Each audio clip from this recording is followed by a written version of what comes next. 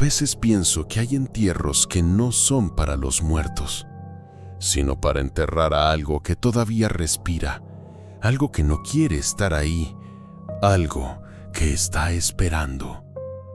A veces pienso que hay entierros que no son para los muertos, sino para enterrar a algo que todavía respira. Todo comenzó en noviembre, en un pequeño pueblo llamado Villarejo del Silencio. Si no lo conoces, no te culpo. Ni siquiera aparece en los mapas actuales. Está perdido entre las montañas de León y su población apenas sobrevive entre ovejas, tabaco y rumores. Yo había regresado después de 15 años.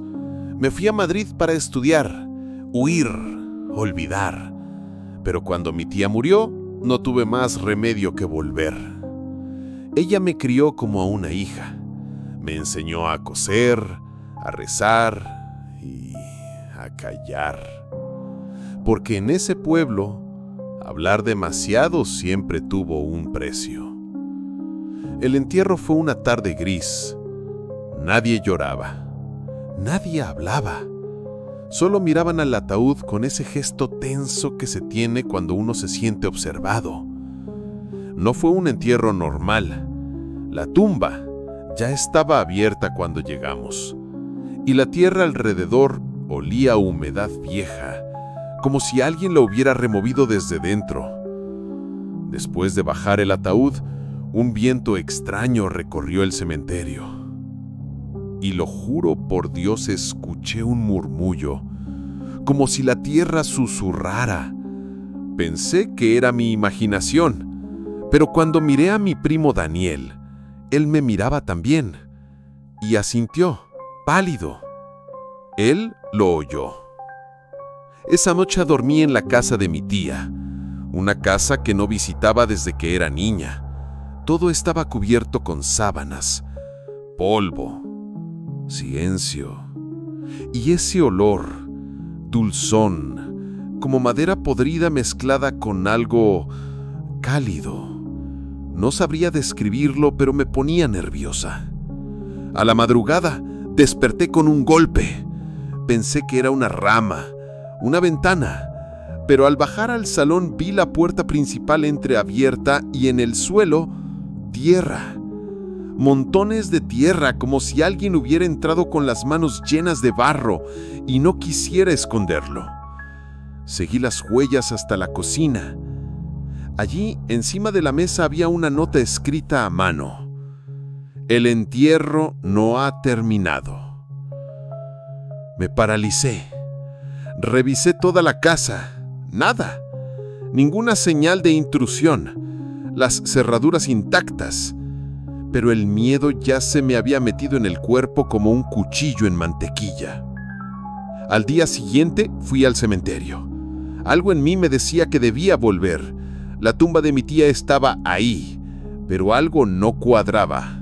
La lápida tenía una grieta y el montículo de tierra estaba más bajo, como si alguien hubiera abierto y luego cubierto de nuevo, como si el entierro hubiera sido interrumpido.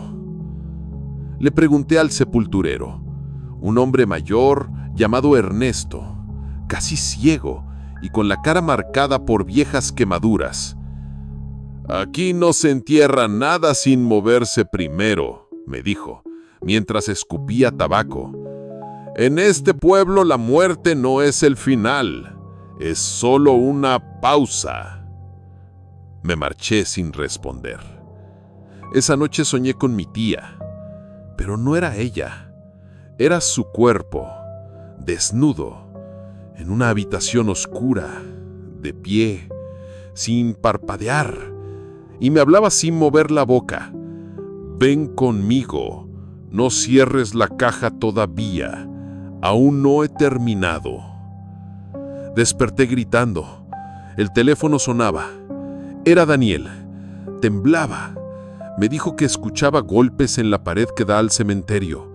Golpes secos, regulares, como si alguien estuviera intentando salir. Fui a su casa. Vivía justo al lado del camposanto. Lo que vi desde su ventana me heló la sangre. había 4 tumbas más abiertas, pero ninguna lápida había sido movida, solo la tierra y un trazo, como si algo o alguien se hubiera arrastrado fuera. Durante los días siguientes los murmullos aumentaron. No era la única. La gente hablaba, o, mejor dicho, susurraba. Decían que los muertos estaban inquietos, que el funeral de mi tía había despertado algo que llevaba años durmiendo. Fui al archivo municipal. Entre papeles, encontré una mención a una antigua tradición prohibida desde la Guerra Civil: los funerales suspendidos. Según el escrito, en Villarejo existía un antiguo ritual. Los cuerpos se enterraban, pero no se sellaban. Quedaban esperando, por si el alma aún no había salido del cuerpo, por si el difunto tenía algo que decir. Volví al cementerio con una pala. A las 3 de la madrugada, sin luna, sin viento, abrí la tumba de mi tía. No había cuerpo, solo una sábana blanca, y en el centro, una muñeca hecha con huesos de ave y cabello humano. En su boca cosida, un papel. No era ella, era lo que venía con ella. Caí de rodillas, mi mente ya no podía comprender. Esa misma noche, Daniel desapareció. La policía registró todo. Nada, nadie, sin trazos. Solo una cosa. En su cama, un ataúd en miniatura. Y dentro, su reloj aún funcionando. Y entonces entendí que el funeral no había terminado. Porque no era para mi tía, era para nosotros. Uno por uno, comenzamos a ser enterrados.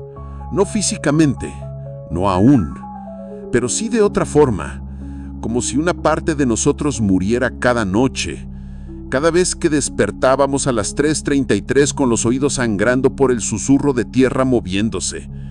Los entierros comenzaron a repetirse, gente viva siendo despedida sin saberlo, todo simbólico. Todos éramos parte de un ritual que no comprendíamos. Nos convertíamos en parte del cementerio antes de morir. Yo decidí huir. Tomé un tren hacia Madrid.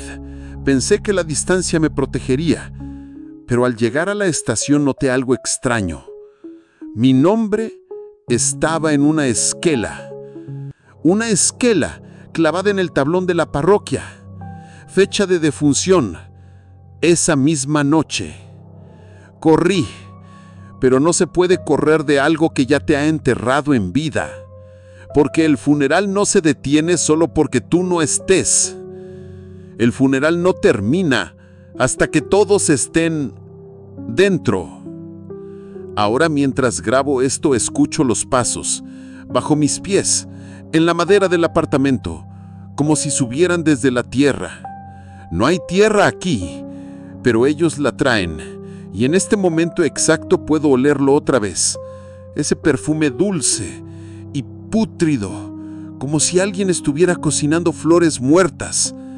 Es ella, mi tía, o lo que sea que se levantó con su cara. Ha venido a buscarme, porque todavía hay una tumba vacía. Y el funeral aún no ha terminado. Ella estaba parada en la puerta del salón. Oh, lo que llevaba a su rostro. El mismo vestido negro de luto, el mismo collar antiguo con la cruz torcida, pero sus ojos no eran ojos, eran abismos vacíos.